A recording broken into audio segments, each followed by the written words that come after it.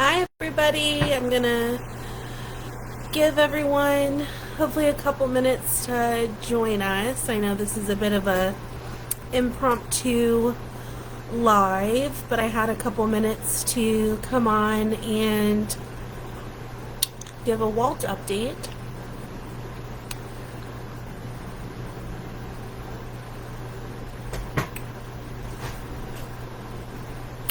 Just got home from filling some prescriptions for the pups, and as I was pulling in, I got a very pleasant update on our boy.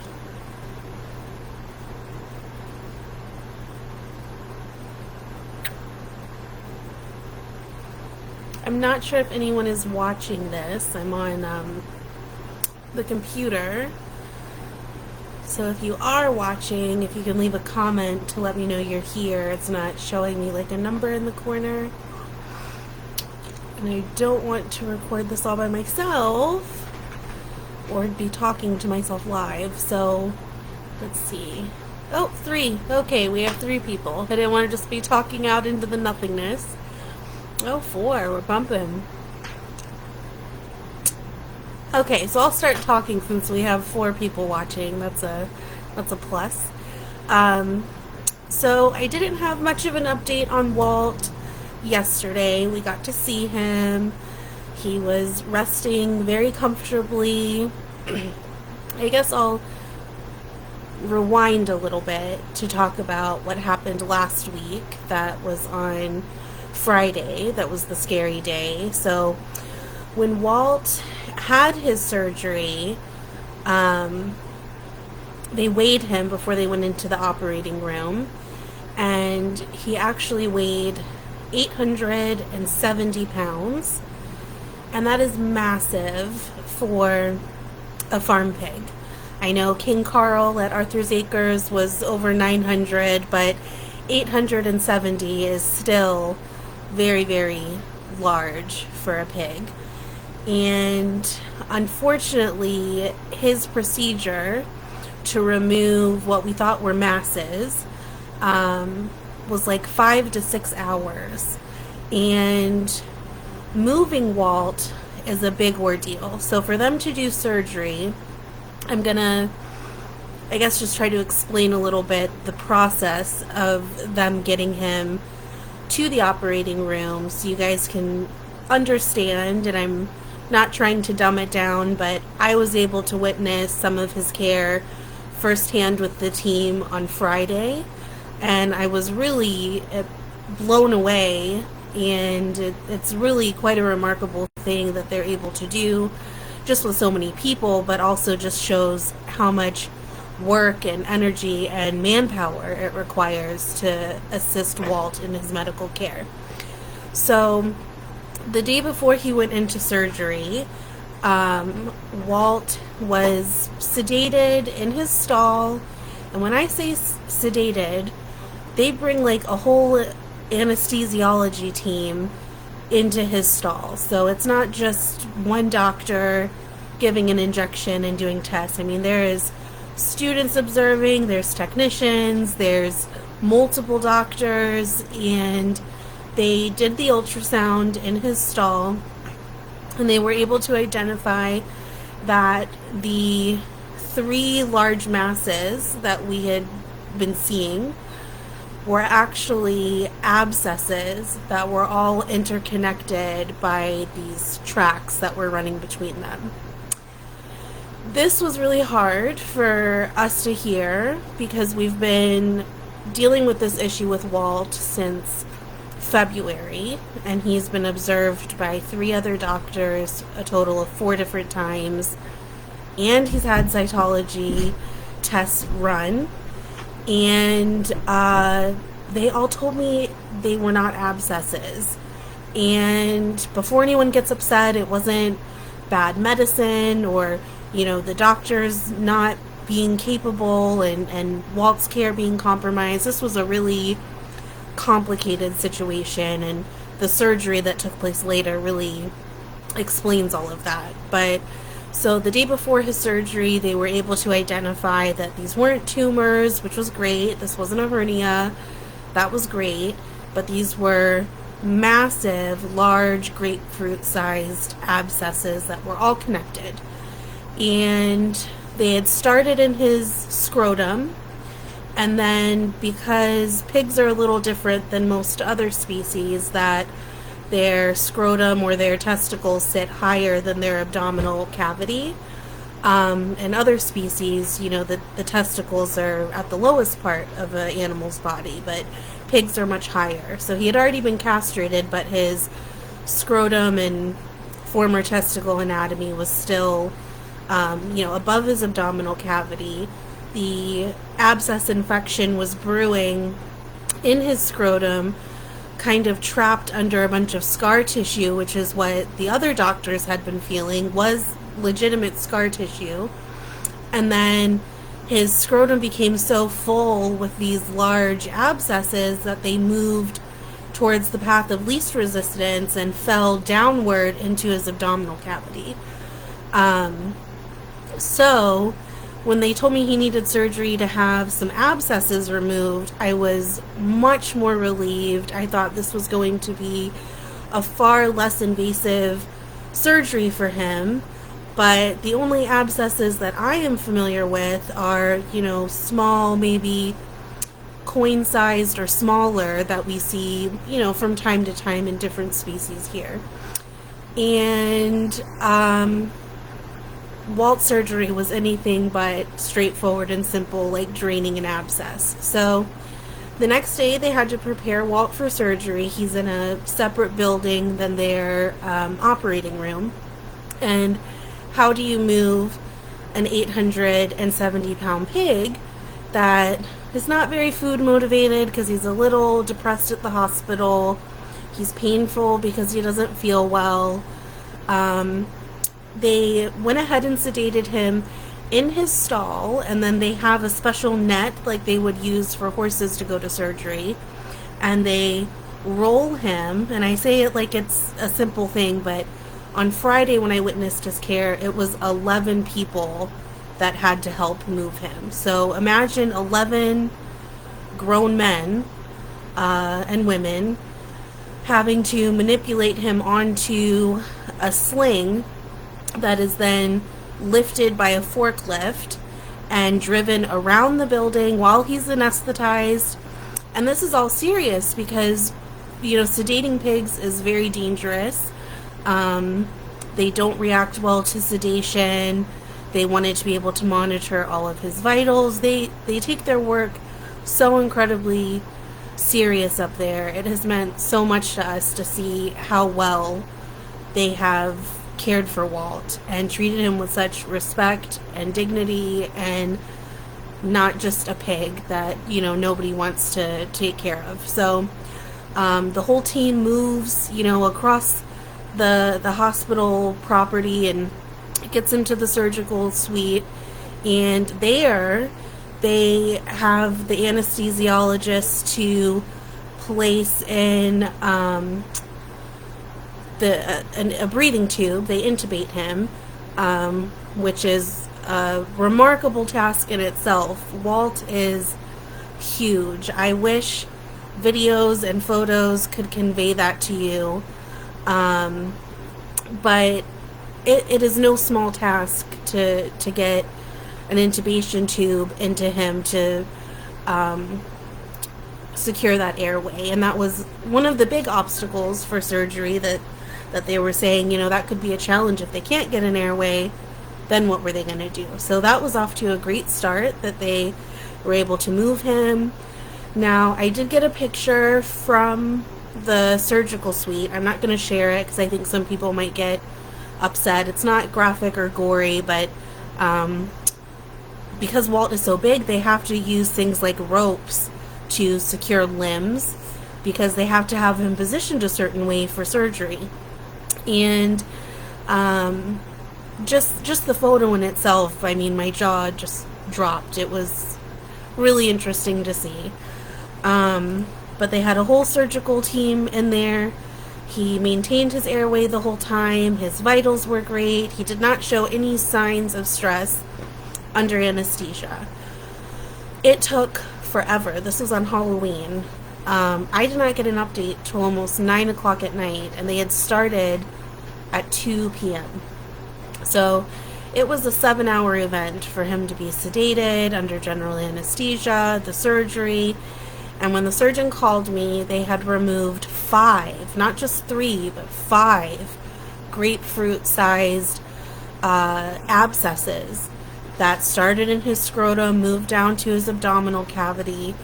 And fortunately, none of them ruptured, which is great, because if they had broken during surgery, that would have introduced a whole bunch of infection inside of his body. But pigs, when they form abscesses, they're very well contained most of the time. They kind of form their own wall to keep it all, in these giant balls, basically. And so they were able to get that all out. They felt like we didn't need to send anything off for testing because the doctors opened them up in the surgery suite, outside of his body, and assessed the material inside. And they felt that they could confidently diagnose what antibiotics would be effective for Walt. And when they called me, he was already awake fully and was eating, which is a great sign. A pig eating is a really good sign. He wasn't feeling too poorly at that point, but he was also on a lot of strong pain medication, which is also a benefit for us to go to the University of Georgia, as they just have much better drug options for comfort care. And so things were going pretty good at that point. And then Friday morning they called me right around 8, and they told me that he was having weakness in his back legs. And this was only like 12 hours after surgery, so they weren't too concerned about it. They were going to keep an eye on him, and if he wasn't progressing throughout the day, then they felt it was best for us to go ahead and move forward with some imaging to see if something had happened during surgery potentially, or prior to the surgery we had discussed his arthritis, and they thought, well, if he doesn't start improving or showing signs of being more comfortable, then we'll go ahead and do that and see if we can address the lameness, and maybe it's just aggravated from surgery. Well, then an hour later they called me back and they told me that he really needed the x-rays, that they needed to go ahead and do that. And they found an injury in his vertebrae. So you have a set of vertebrae in your spine that your rib cages are attached to, and those are called your thoracic vertebrae. And then after your thoracic vertebrae, where your last rib ends, that starts your lumbar vertebrae. And in between those vertebrae are tiny little discs. And that is what provides spacing between the discs and allows movement. So Walt has no disc in between his L3 and L4 vertebrae. It's completely gone. And this is something called IVDD, and it's a degenerative disease, and it's not uncommon in pigs and other species. We didn't know that Walt had this ahead of time, and there's really nothing else we could have done. It would have been the same treatment protocol as far as pain management. But they think that the stress of him being on his back for surgery and moving him around, because even if they're trying to be gentle, there's still a lot of effort and force that has to go into it because he is so large.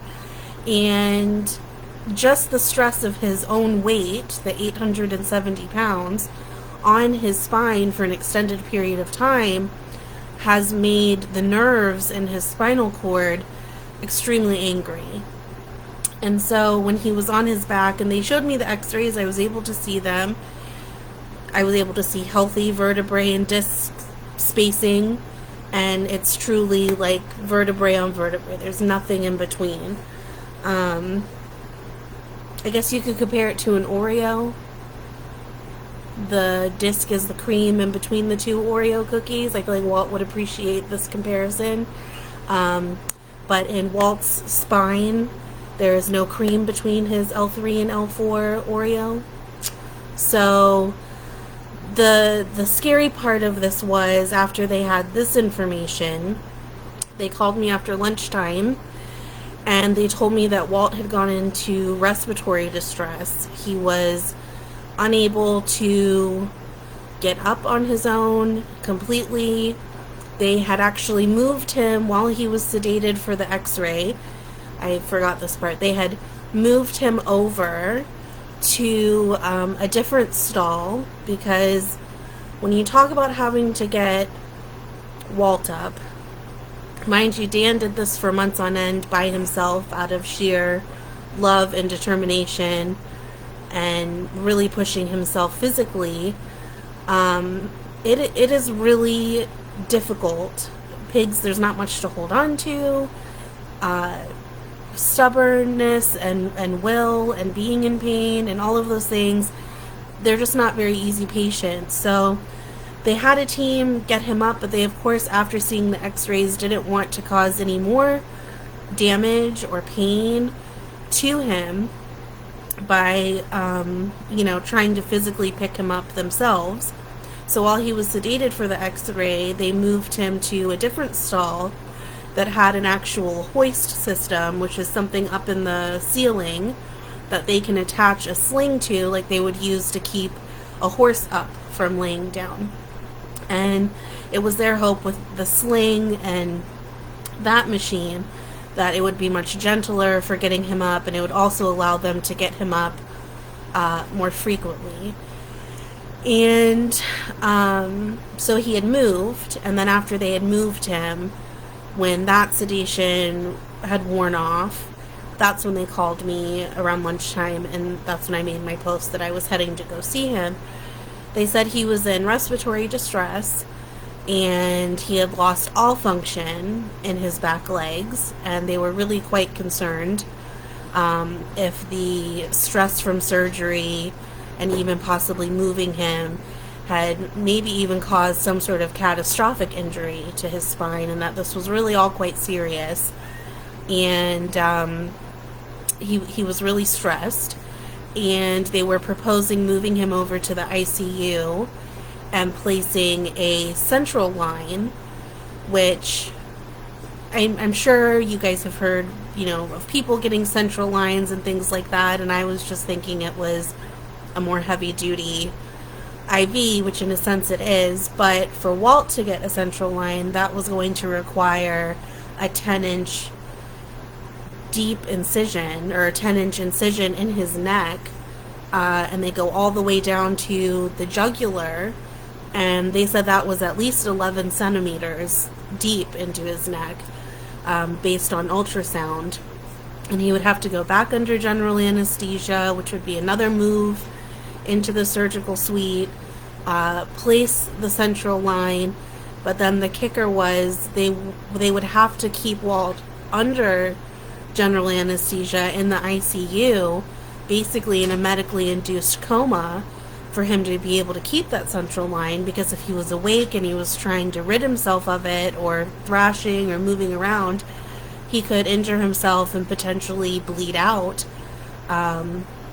if he damaged that central line being awake. So it was a huge discussion, but the way he was downtrending, the doctor said that based on previous pigs he had seen, which he is the largest pig that they've done in a very long time at that hospital. I think maybe he is the largest pig that they've seen for surgery.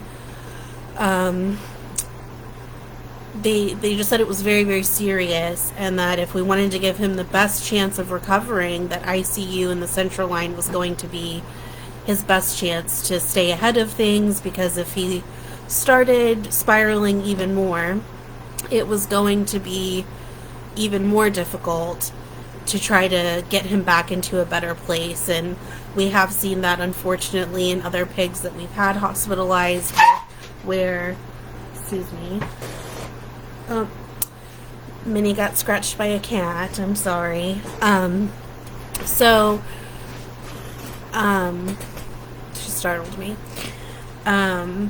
So once they start getting sick to a certain point, it is really hard to kind of turn things around. And so I said I would agree for Walt to move to the ICU and have the central line and all that would entail.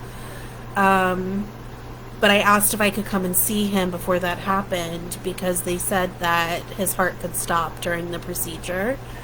And so I was essentially preparing to go and say goodbye, and that was really distressing. I was really questioning us even bringing him there to begin with, which obviously isn't rational, because he needed to have that surgery. He needed that medical attention, but I was just feeling so devastated that this was even where we were at, when things had seemed to, be so much better the day before, even immediately after surgery.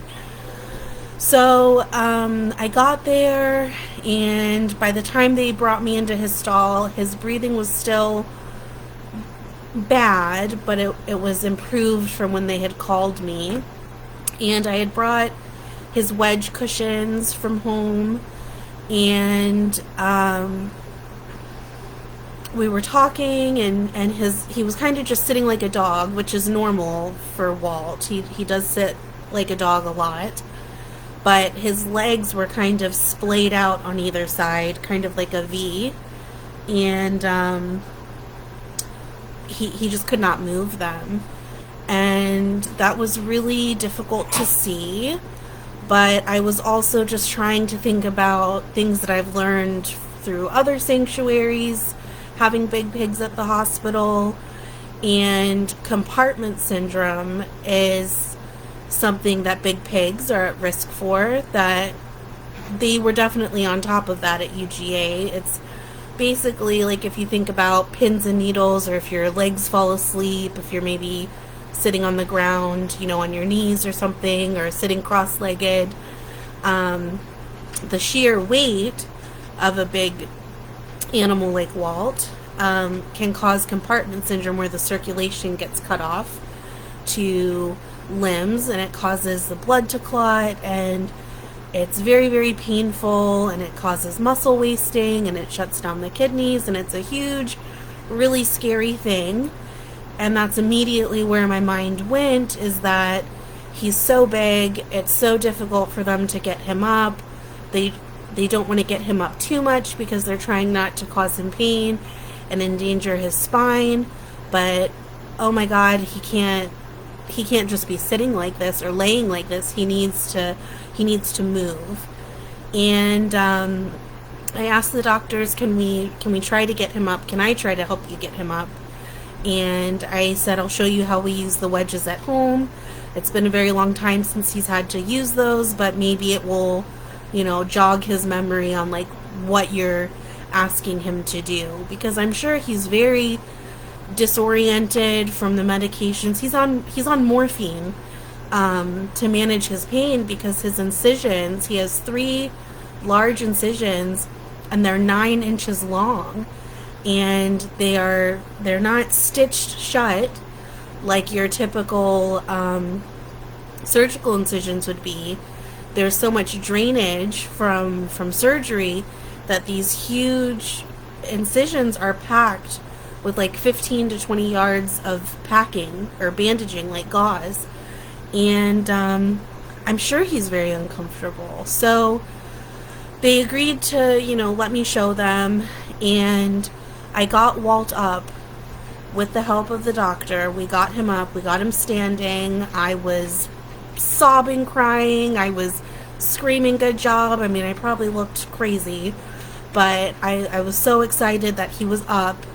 But he was clearly in a ton of pain. All of his legs were shaking. And he was not doing well. So he sat back down, and the issue that they were also having was that his breathing was not great, but they absolutely had to sedate him again that day, because he needed to have his wound dressing changed from his surgical site. They couldn't leave it in any longer. They had to sedate him so they could change these things. And whenever you sedate a pig, it suppresses their respiratory rate. So it was stressful, but we can't have him going septic. And at that point, they were also going to assess if he was a candidate for the central line. And so they had 11 people. I was blown away at how many people were there to coordinate, his care and get him what he needed. And UGA has a policy that they don't allow owners to be present during these things. But we were also talking about, before they sedated him for the dressing changes, that pigs have a really hard time in the hospital emotionally. And at this point, he was laying on the floor, which has a very thin rubber mat on it. And that is painful for big pigs. I know Odd Man Inn has talked about that their pigs have a really hard time laying on the hospital floors. They did bring a mattress in for him after we talked about that, thinking that maybe his back was just so angry from surgery, but then also not having the substrate that he's used to laying on, maybe that was making things even worse. But they were talking about maybe he would be better if we brought him home. But the problem we ran into with that is that every 48 hours, Walt has to be sedated to have the packing changed. And it's not an issue for us to change that packing. That's care that we can very easily provide for him. But the medication that's needed to sedate him is a top level controlled medication. There's no way to dispense it to somebody that's not a doctor. And we just do not have the vet support or the manpower here. If we're talking about moving him, they have 11 people moving him. It's just not something that sounded like it could be a good scenario. There was too many things that could go wrong. We were worried that if he started to decline, we wouldn't have the manpower to get him back to the hospital, and we didn't want to take any chances with having scheduling issues for him to be sedated. So, but while we were having that discussion, they did make an exception to allow me to be present so they could show me how they take care of his wounds in case I was going to take over that care at home. And I felt like I was given a really unique experience to see kind of how they operate. And I think sometimes people can be a little quick to judge or a little paranoid that pigs aren't getting the best care at the hospital, especially if the owner's not present. And I'm not saying people haven't had poor experiences. Everyone has a different experience, but I was just truly, truly grateful to see the level of kindness they were showing him. Like, they were not just treating him like some pig or some food animal. I mean, they were all talking to him. They were loving on him.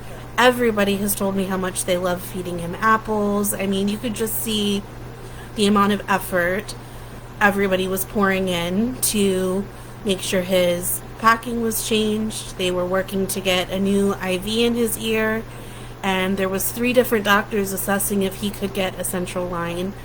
And they brought him in a mattress immediately as soon as I requested it, and they sedated him, and they all moved him as gently as possible onto the mattress. And I mean, they were careful not to bump his head, and they were so protective of his spine, and just so mindful. And it was really quite beautiful to see, if you could describe a veterinary experience as that. But that's not normally the experience I have with most people and pigs and vets. You hear about just vets not wanting to handle pigs because they're difficult. And I mean, this was I think I was there observing them through the whole process, and before I left to go get his groceries, it was like a 4-hour ordeal, and he was the center of their attention.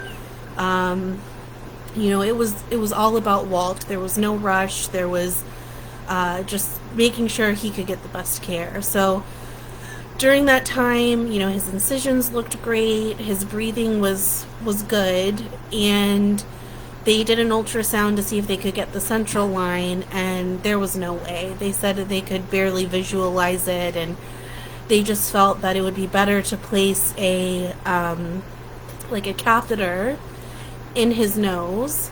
It looked like a catheter you would use for, a person to, I guess, a Foley catheter.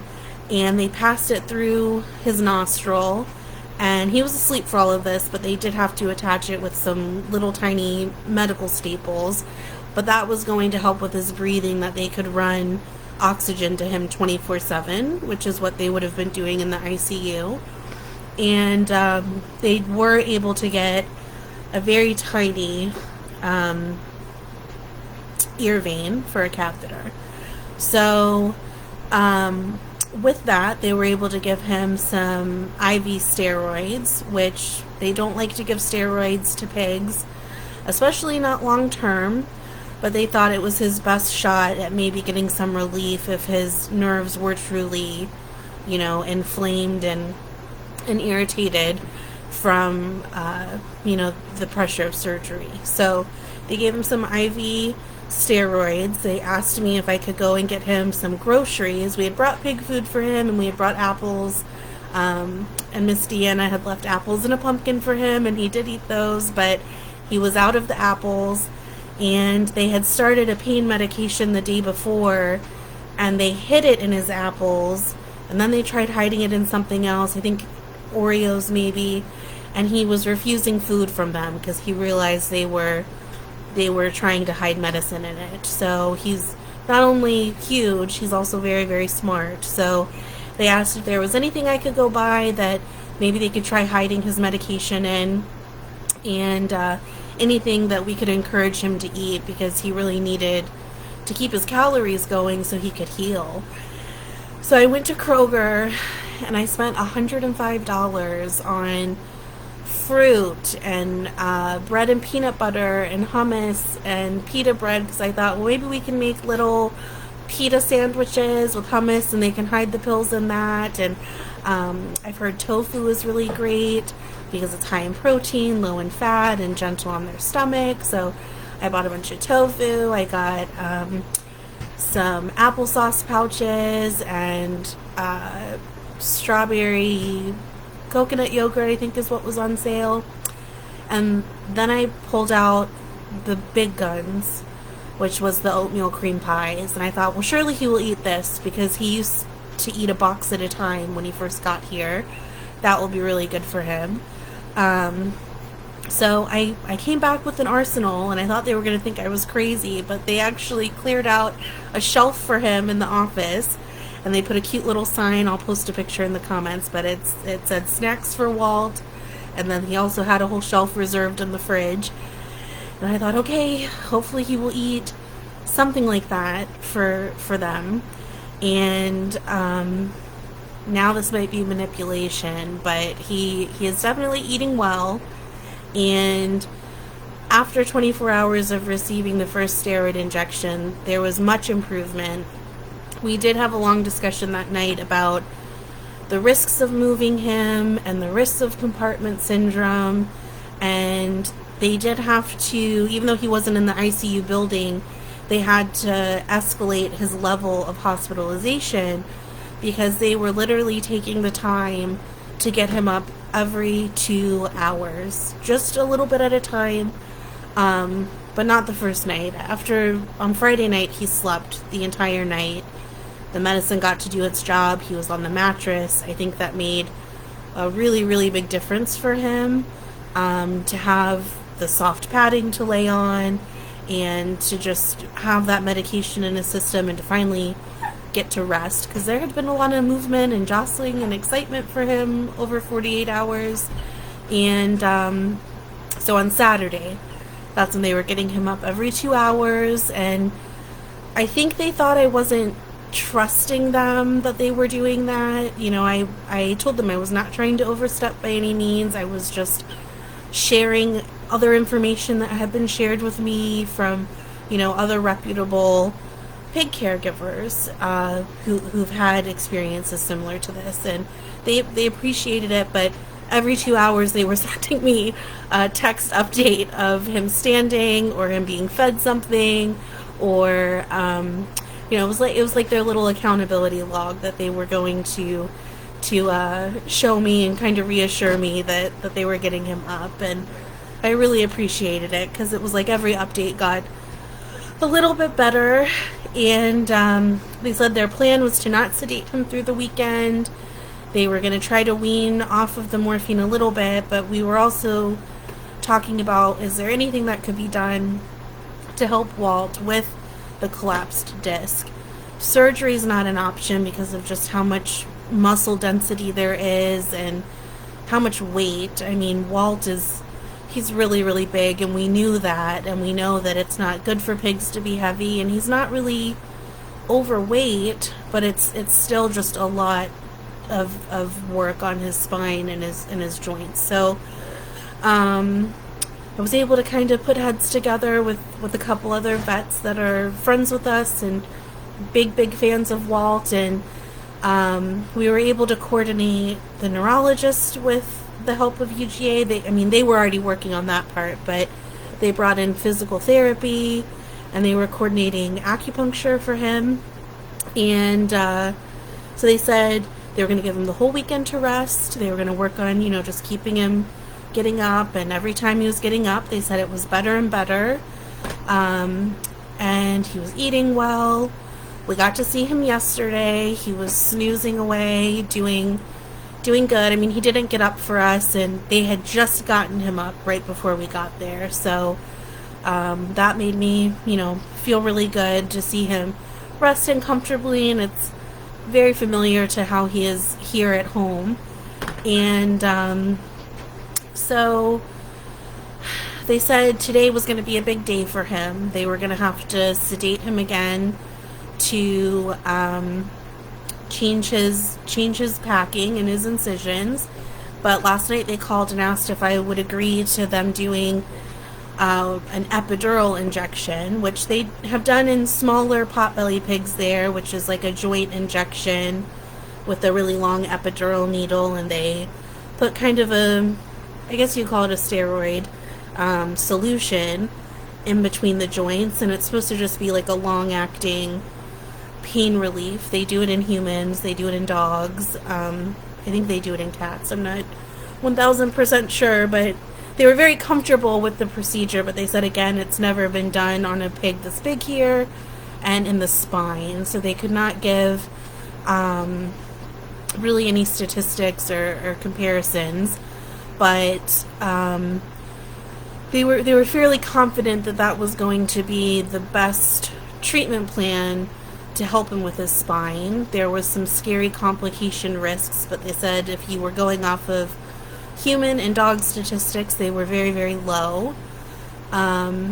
So we want to be as aggressive as we can with the treatment of his spine, because it's so important for Walt to be able to continue to be mobile and active once he's back at home. And unfortunately, IVDD is a degenerative disease. Eventually it will get so bad that Walt will not be able to walk anymore. But we would hope that with taking the steps that we're taking now, we are being proactive and helping prolong his care and his life as long as possible, as long as it's quality, right? So we said we would be brave, and that he's already come so far since Friday, and he's come so far in life that I believe that he is welcoming in what help he can get, even if it is overwhelming and scary for him. I really believe in my heart that Walt understands we are all trying to help him. And yeah, he's been an absolute dream personality wise for the team, and it's I said I was not going to cry during the live because I don't want to look crazy, but I believe in my heart that he knows that this is to help him, and that was something I was stressed about before. I was worried he wasn't going to understand, but his students that are helping take care of him have all felt like they've connected with him, so I felt really good about him going into the procedure today. And their other suggestion to also manage his spine was for Walt to lose 200 pounds, which I was like, there's no way. He was 200 pounds lighter when he got here. He looked like a skeleton.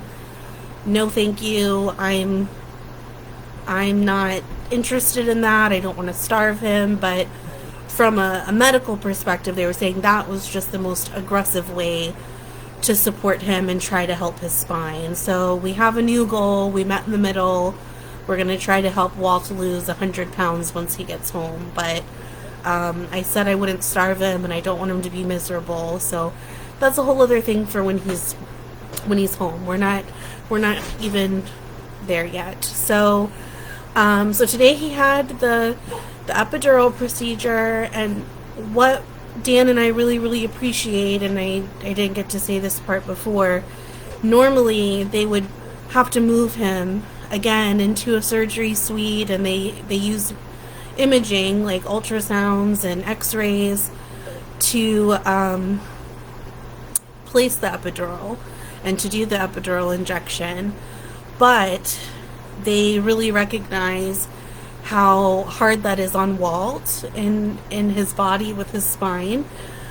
So they cleared their day for him, which really meant a lot to me, to bring everything that he needed to his stall.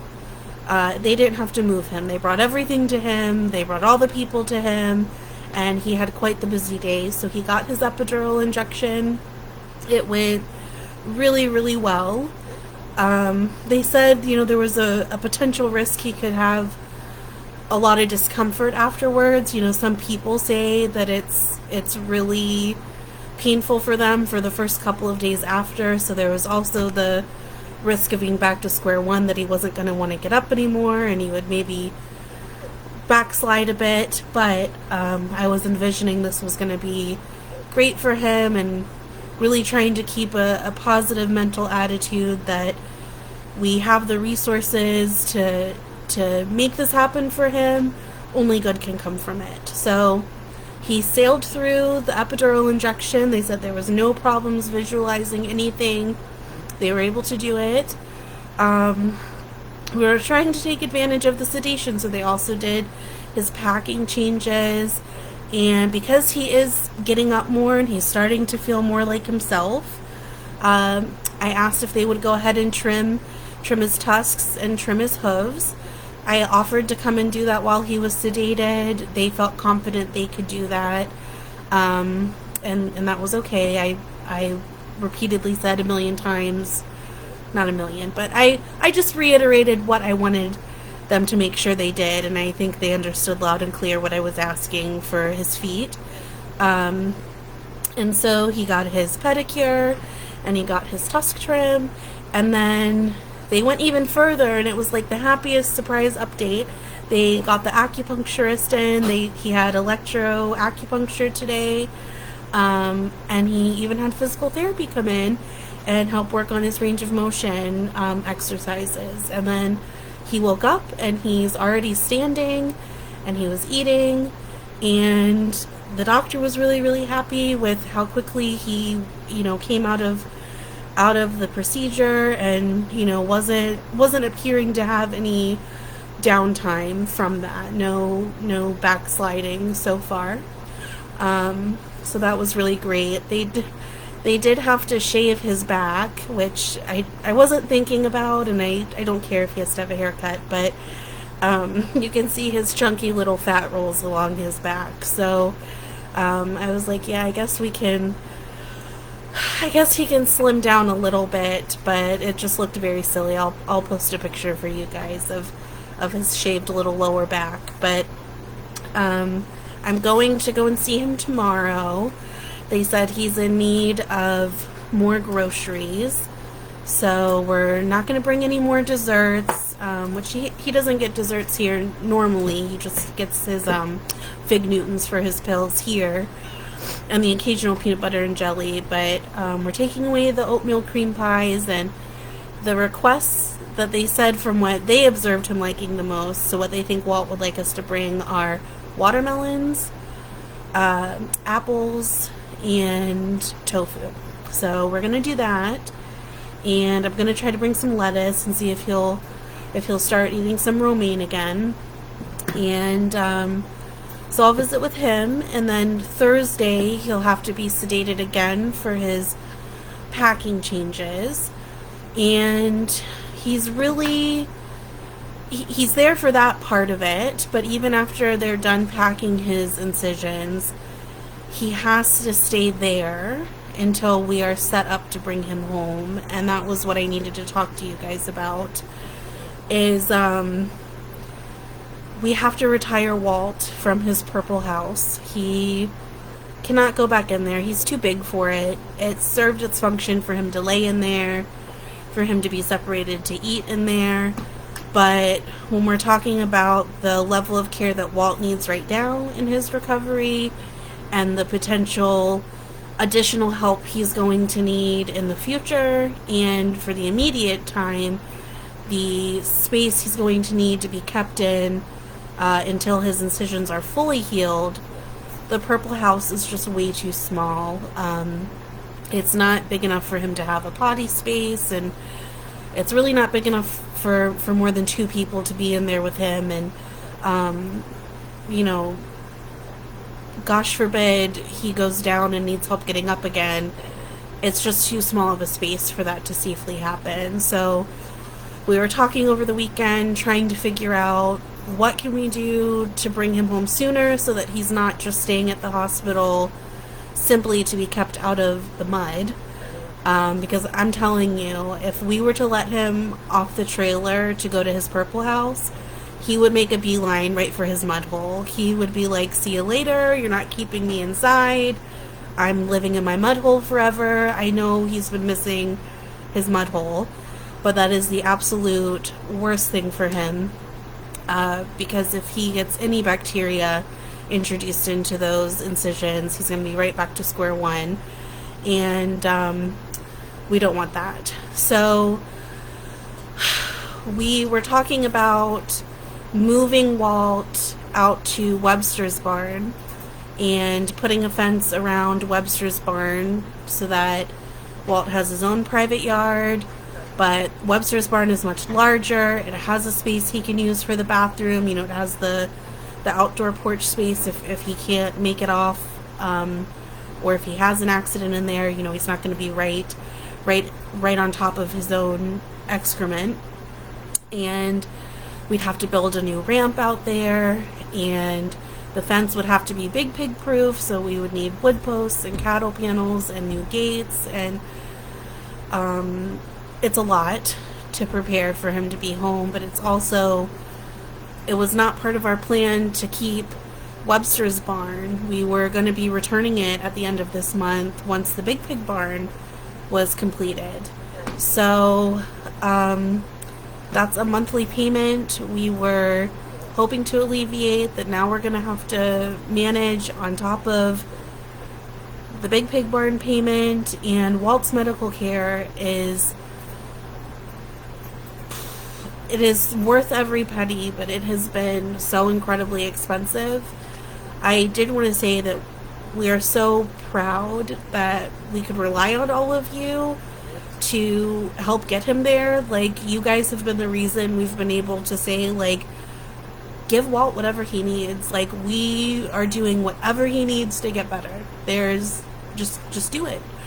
And they have understood that, like, we're going to give Walt every opportunity to get better. So right now he's not in the ICU, but Walt, it is costing almost $400 a day for Walt to be at the hospital. And we have just about depleted his medical fund, and he's still looking at being there for all of this week. And next week, on top of us also having to have the funds to build him a new ramp, to get the fence put up around the house, and he's going to need follow-up care too once he gets home. Not as much. I mean, we can manage a lot here, and I'll be able to still keep in touch with the surgeon. He's been a great connection for us to make, and that's a whole other thing, but we really need another big push for Walt's medical bills.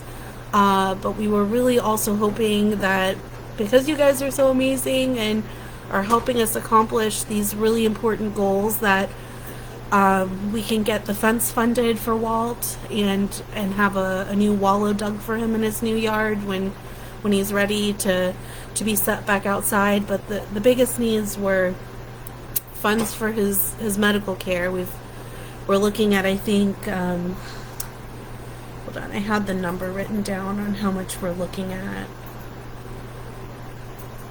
So another 2 weeks of care at the hospital for Walt is expected to be around another $5,000. And then we have the monthly payment for Webster's barn, which is now going to be Walt's barn, and the Big Pig barn on top of it. We've not had anybody sign up yet to be a Big Pig barn sponsor for the monthly payment. This was a huge unexpected expense going into winter for us. I was able, sorry to be looking down, I was able to make a payment at the feed store today for $5,000. That's what we were able to pay. But it says that we still owe $3,741 for this period, and for this month already we owe $6,800 because we ordered some of our feed in bulk because we get it cheaper by the bag. So it's kind of like a bigger expense up front that lasts us longer throughout the month. So in total, we paid $5,000 today, but we're back to owing almost $10,000 with the month ahead. And these are just huge numbers and huge expenses. I'm trying everything I can to keep things like on a positive, upbeat tone. I'm trying to convey how grateful we are, because we truly are. But I get so nervous throughout the day, like as we're posting updates and trying to give fundraising updates, like the donations just aren't coming in, and then it's kind of like this spiral down to where I have to get down and so worried and so stressed, and then, you know, the few same people come rushing back in to make a donation, and I hate that for them, and for those of you who are watching that do that and kind of come in and save the day. We're so grateful for it, but I just wish there was such a more steady, sustainable stream that we're like, okay, we know we have this much coming in. You know, it's just a constant juggle, and I say that knowing that there's other sanctuaries that are in far scarier predicaments or facing so much worse challenges, but at the end of the day, like, we're currently buried in these bills and these massive expenses that are snowballing, and I just feel like we can't shovel them out of the way fast enough, and it's just super alarming. We've never been that high on our feed bill owed, and we do have a limit, and then, you know, there's medical expenses, and Walt's not the only one that needs medical care. There's a lot of other animals that are needing medical care. Rosie the dog is having some orthopedic issues.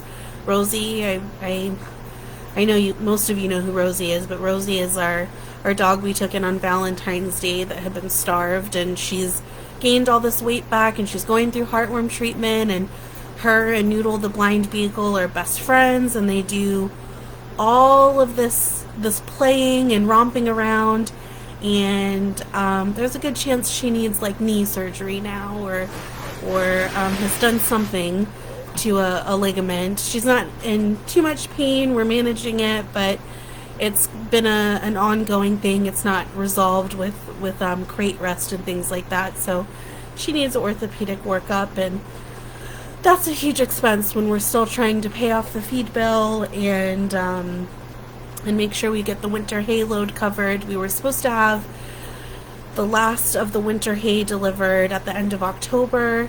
That was the agreement in order for the guy to donate 20 free bales. And now we're, the first week of November, and I know it's overwhelming for you all. It's overwhelming for me. I just hope that people understand the magnitude or the in-depth care that we're providing. I don't really know how to convey it. I see some other sanctuaries, of course, that are bringing in funds much more rapidly, and part of that is a numbers game with how many followers they have, but I see sometimes certain posts being made about certain things being done and people being praised for it, and the funds come pouring in, and I think just the lack of consistent viewership on the page, people unintentionally miss a lot of updates on things. So it's just hard to convey to everybody how much is going on and how many expenses there are, and these aren't, I don't know if I'm explaining it properly. I don't want to sound like I'm complaining. I think people miss how much goes into keeping things going, so they just will see the constant asking for assistance, but they don't maybe necessarily understand all the things going on. So I'm trying to inform you guys of all the things going on, but then I feel like I'd have to post every hour, and then if I post more frequently in the day trying to share all of that information, engagement goes down. Last week the engagement was through the roof. There was tons of comments, there was tons of likes, there was tons of shares. Now that I'm starting to post more frequently, it's back to less than 50 people seeing the post. There's hardly any comments in comparison to last week. So it's kind of just this weird pattern algorithm thing, and we have been working on putting some more stuff on YouTube, trying to kind of expand our reach for who might come across us, and we're always working on things in the background. It's just trying to plan things for end of year fundraising and recruiting new monthly supporters, and Dan and I are still traveling a few days a month doing hoof trims and tusk trims and injection assistance for people. There's just only so much time in a day to talk about all those things. I've tried to ask Dan if he was interested in going back to doing the live at 5, and he just feels like he doesn't have the time, and I do respect that. He has a lot to do, and we both just kind of acknowledge it's my job to keep you guys informed, and it's his job to feed everyone and fix things and do all the things that he's doing. Especially this week, he's trying to get ready because his mom is coming to visit for 2 weeks. So he's excited. We haven't seen her since last August, so that will be a nice visit to have Grandma Karen around, and she's very excited to see Tater Tot, and she's hoping that Walt will get to come home while she's here. I'm just going to read through the comments really quick and see if I thought I saw a question here. Oh, Jennifer asked, would he be a candidate for a wheelchair device? Walt is way too big for a wheelchair. He would not be able to do that. I wish he could, but that would be pretty crazy. I could see him breaking them all the time. Remember, he wasn't supposed to break the soft stall or soft wall, and he just destroyed it. He's a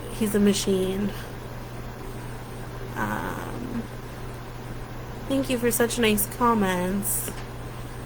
A new fundraiser, Walt is coming home fundraiser. That is a good idea. Maybe that will get people's attention. I hate that it's come to that it's one more fundraiser, but we have to be able to manage him to come home, and we just were thinking, like, gosh, they went above and beyond to do all of this at the hospital for him. We have to make sure we get it right bringing him home. Like, we just have to be super mindful about making sure he's set up for success, that we're set up for success, and he is managing really well. He's not on the mattress anymore. They said as he started to feel better, he was just trying to destroy it. So that was good. He was feeling better. So now he's just on really thick shavings there, so we feel like he'll be okay in Webster's barn because it doesn't have the soft stall, and the soft stall we've been able to kind of patch together in the Purple House, and that will be used for the goat yard pigs, Pippa and Buddha and Lloyd. And it's also really great if any of the goats get injured, they can kind of use that as an isolation stall as well. Because we do have some things we're working on as well to renovate the goat barn. I just haven't even been able to post about these things, about all the little projects in between that we've been working on. But yeah, I don't know if you guys would like if I do a weekly live video, maybe to update you guys on things going on. I felt like if I had typed a huge long update about Walt, maybe not everybody would have read it or been able to understand it. Hopefully I did a good job explaining it to you all. I hope I did, to just kind of explain, I guess, why he's there and why he's going to be taking so long to come home. But the big thing was managing his wounds, taking advantage of him being there, because the doctor that's seeing him is actually one of the best large animal surgeons in the country and specializes not only in large animal surgery but in lameness. So if there was any way at all for Walt to like get the best care plan and treatment plan on board, it was for him to be able to see this doctor. And we're just so grateful for that. And again, none of this would have been possible without you all. I can't thank you enough that we were able to meet our initial fundraising goal to get Walt to UGA, because remember, we had to fundraise after I made the appointment before he got brought there.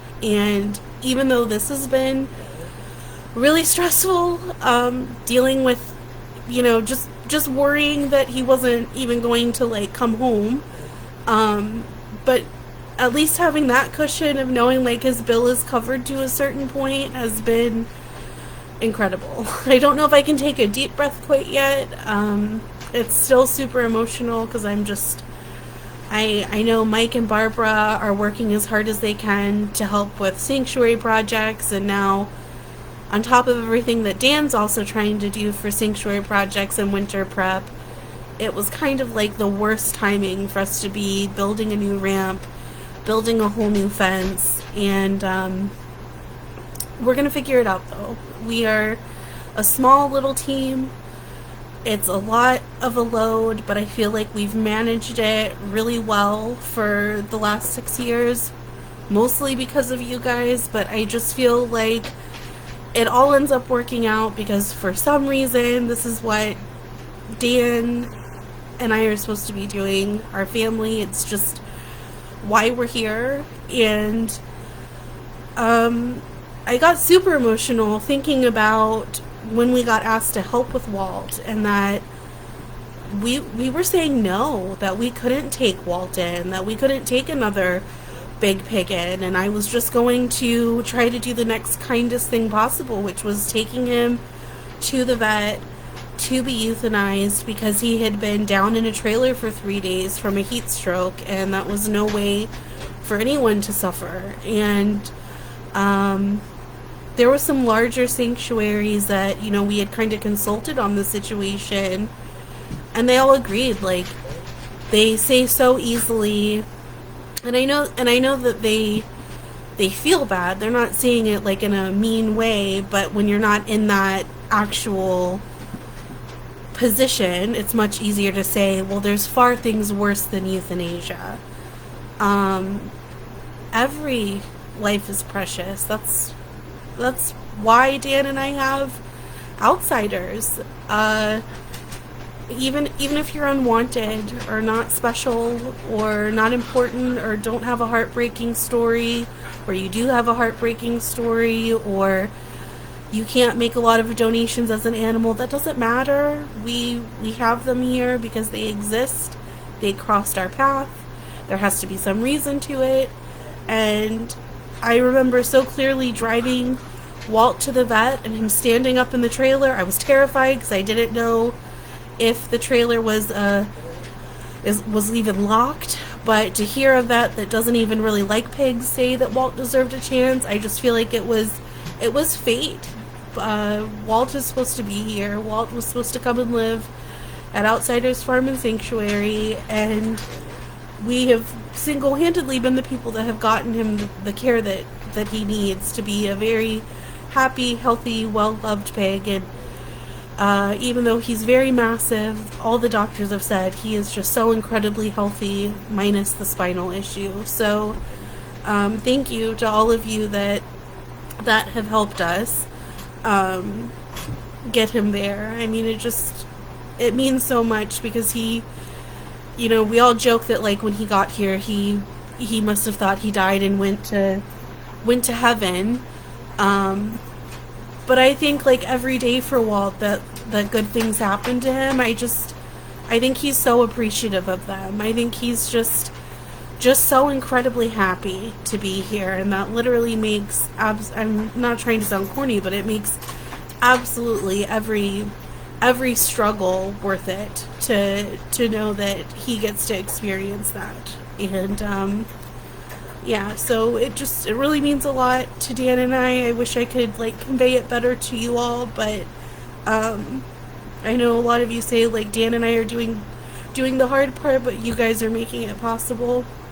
And I just have to believe that we can figure it out, and we've just been able to get to this point. So we just got to keep chugging along and figure it out. But how is this girl? Oh, Pippa, she doesn't even care. She's like, oh, there's more food for me to eat. Oh, there's more room on this mattress for me. So she's kind of enjoying the extra pampering from not having to share, if that makes sense. And now that Walt is not here currently, she kind of gets to be the boss, if that makes sense. So like Buddha and Lloyd, her friends, are like now her, she's superior to them, and she's getting to call out the shots. So she might be a little power hungry, or on a power trip, I guess you could say. So she's being nice, but you could tell she's definitely like getting used to the throne. So and we did talk about that as well, that when Walt comes home, we would move Pippa over, probably Pippa and Buddha with Walt, because they do really love each other, and we don't want Walt to be isolated by any means, but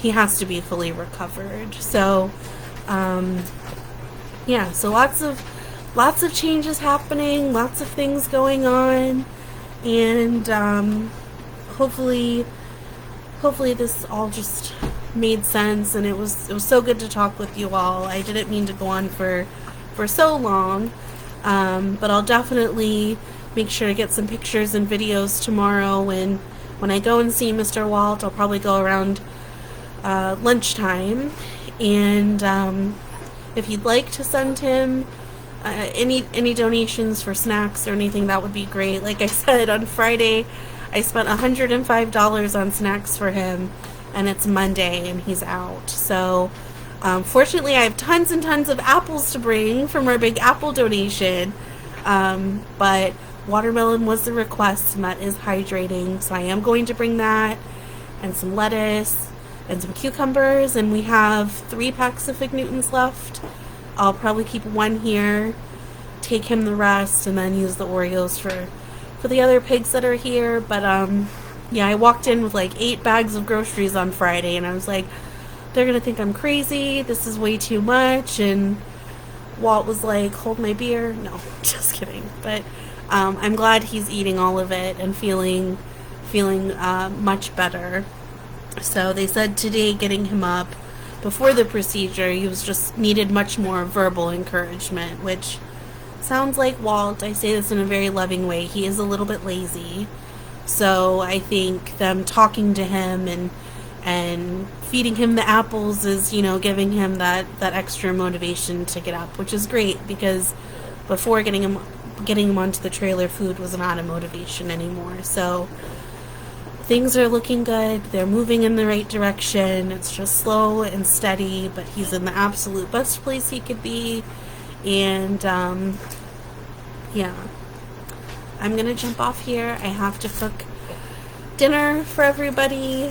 Dan just finished up feeding all the dogs for the night, and pigs are getting all tucked in. We've got a big bedding delivery coming tomorrow. We've got a bunch of rain on the forecast. There's a storm moving up the coast last I heard, so it was going to be a rainy week. So we put down extra pine shavings and pine pellets in certain areas just to kind of help keep mud out of shelters. And Dan and Mike have been planning and strategizing, getting doors winterized and shelters enclosed, so all that fun stuff. But thank you again, everyone, for tuning in, and it sounds so fancy, tuning in, for joining me and chatting with me.